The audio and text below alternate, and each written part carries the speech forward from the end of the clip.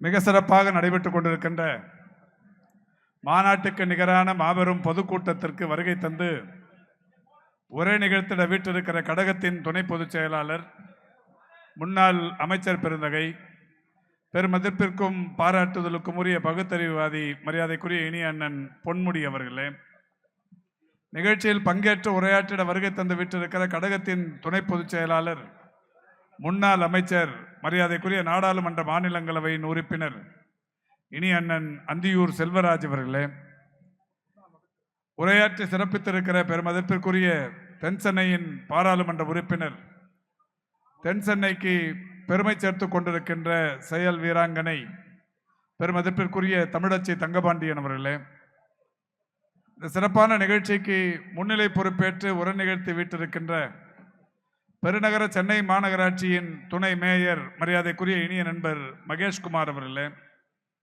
இந்த சிறப்பான நிகழ்ச்சி இங்கே வெற்றிகரமாக நடைபெற எல்லா வகையிலும் உறுதுணையாக இருந்து பணியாற்றி கொண்டிருக்கின்ற சைதை கிழக்கு பகுதி கழகத்தின் செயலாளர், பாராட்டுதலுக்குரிய செயல் வீரர் இனிய நண்பர் துரைராஜ் அவர்களே, சைதை மேற்கு பகுதி கழகத்தின் செயலாளர், பாராட்டுதலுக்குரிய செயல் வீரர் அன்பிற்கினிய நண்பர் திரு கிருஷ்ணமூர்த்தி அவர்களே, நிகழ்ச்சியில் பங்கேற்று சிறப்பித்துக் கொண்டிருக்கின்ற பெருமதிப்பிற்குரிய சட்டமன்ற உறுப்பினர்கள் மரியாதைக்குரிய அரவிந்த் ரமேஷ் அவர்களே, காரம்பாக்கம் கணபதி அவர்களே, பிரபாகர் ராஜா அவர்களே, வருகை தந்து சிறப்பித்திருக்கிற பகுதி கழகத்தின் செயலாளர்கள் அன்பிற்கினிய நொலம்பூர் ராஜன் அவர்களே, மதியழகன் அவர்களே, மரியாதைக்குரிய வே ஆனந்தம் அவர்களே, விநாயகம் அவர்களே, அன்பிற்கினிய கண்ணன் அவர்களே, ஒன்றிய கழகங்களின் செயலாளர்கள் பெருமதிப்பிற்குரிய அயப்பாக்கம் வீரமணி அவர்களே, கோயிலம்பாக்கம் வெங்கடேசன் அவர்களே, வருகை தந்து சிறப்பித்திருக்கிற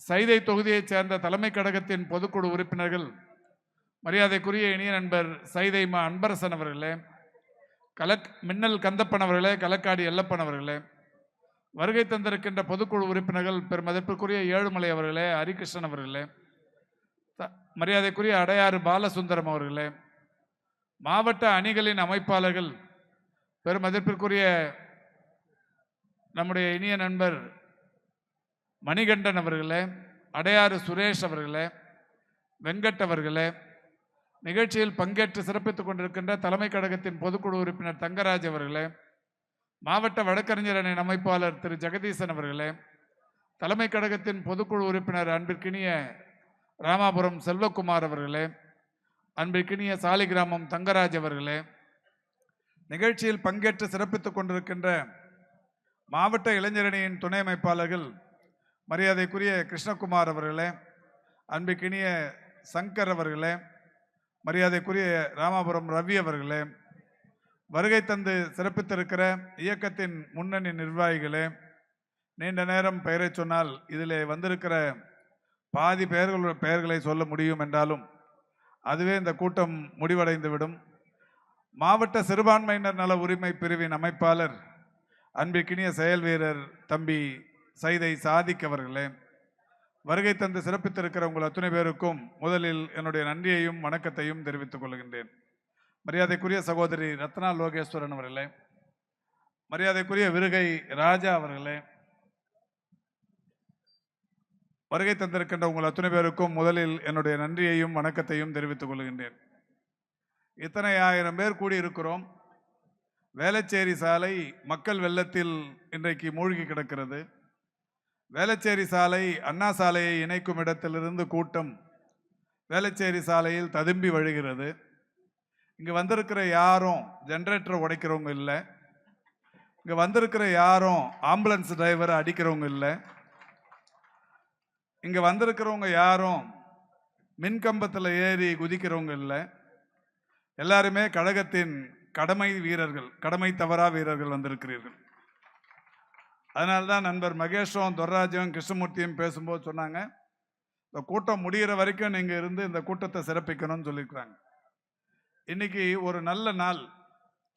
தமிழ் இனத்திற்கு ஒரு 50 ஆண்டு காலத்திற்கான எதிர்காலத்தை கழகத்தின் பொருளாளர் மரியாதைக்குரிய இனியண்ணன் டி.ஆர். பால் அவர்களை மாவட்ட கழகத்தின் சார்பில் மகிழ்ச்சியோடு வரவேற்கின்றோம்.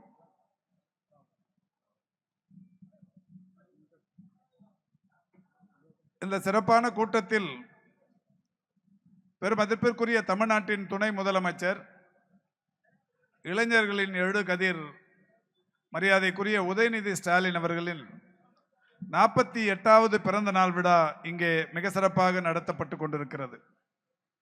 சைதாப்பேட்டைக்கு என்று ஒரு வரலாறு உண்டு.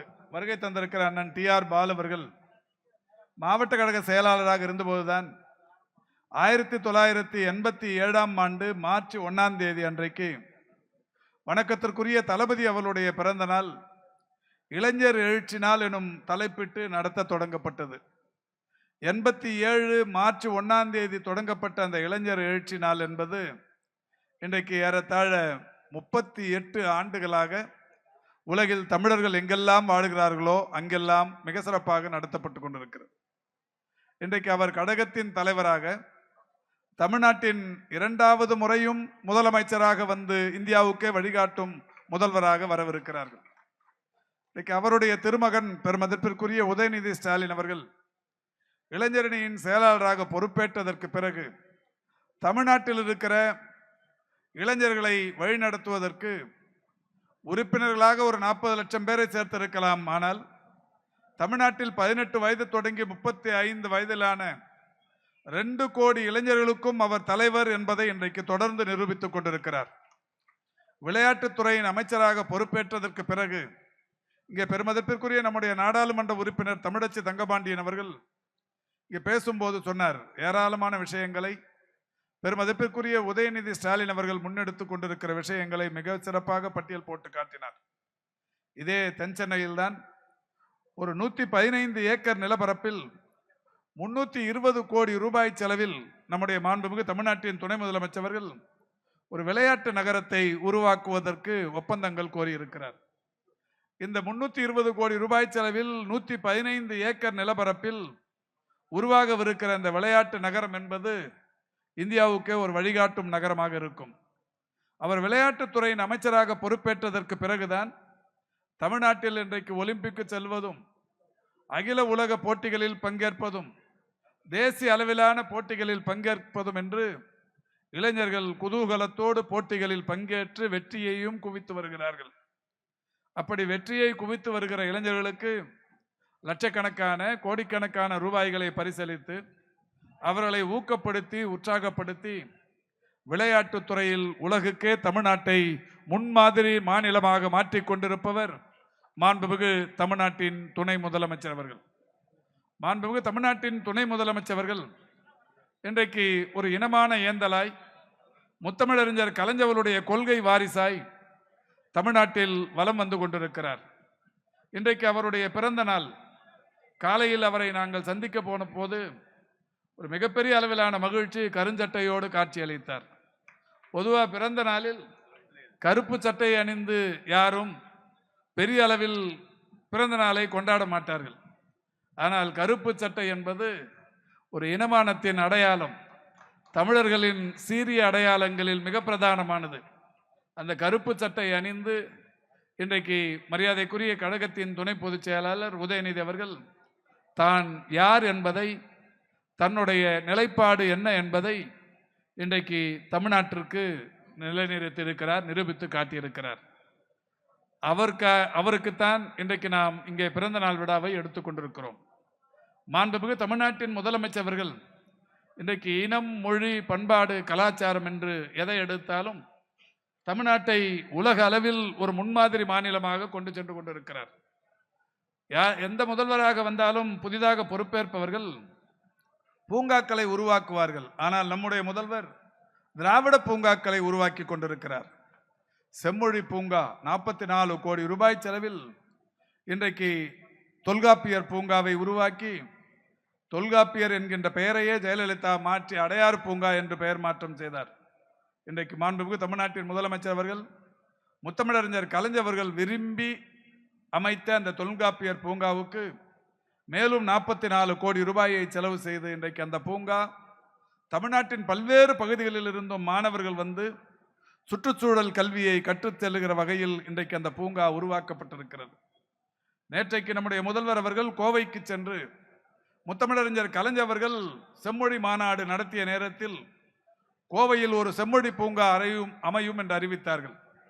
ஆனால் அதற்கு பின்னால் வந்த அரசு 10 ஆண்டுகளில் இந்த பூங்காவை கட்டுவதற்கான எந்த நடவடிக்கையும் எடுக்கவில்லை.